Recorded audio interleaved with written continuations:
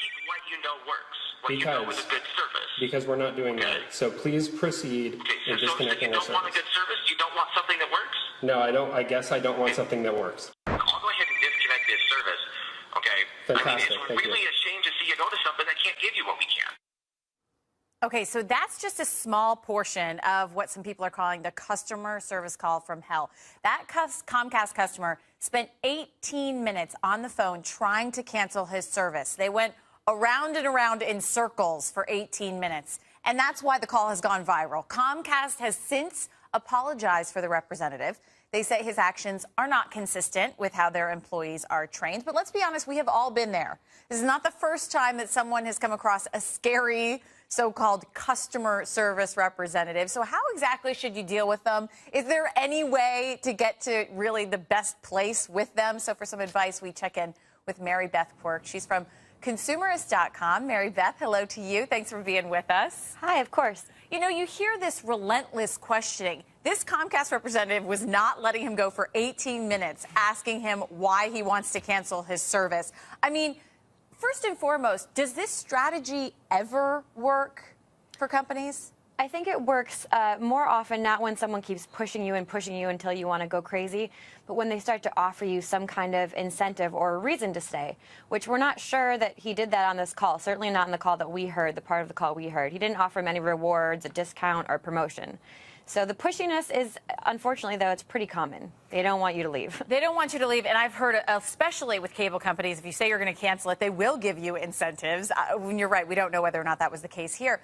What about some of the information that he asks for? I mean, he asks, hey, do you know where you're going to go? I mean, this is information that you don't have to give, but not at all. Separate from this, there are times where customer service representatives ask you for personal information. So is there ever a rule of like what you should never, ever give to a customer service representative?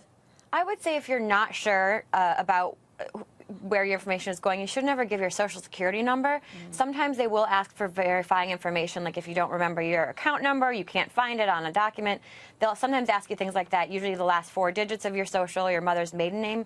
Those questions are normal, but I would say your full social security number, if you're uncomfortable, the best rule is just not to give it out, and they can find a way to work around it. Yeah, that's probably the case. Let's talk about some tips for people. There's got to be a way to handle these people. I've always been told always ask for a representative as far as a manager or something like that. What are some of your top tips? That's always something you can do. If they don't, if they refuse to transfer, you can just keep asking. You just have to do what this guy did in Stonewall. It's also unclear if he did ask to elevate to a supervisor, but as long as you're polite, there's no reason they should refuse you. And if they do, then they just got another customer service fiasco on their hands. What are some of the other tips you have? I understand that you suggest sort of trying a local service center and things like that. Well, if you're really desperate to cancel your service, these phone representatives want to keep you on the line. They don't want to have to disconnect you because that's bad for their job. So if you're really dedicated to it, you just go to where, you know, your local Comcast or your local cable provider, and you bring in your box and you say, I'm disconnecting the service. And this is it.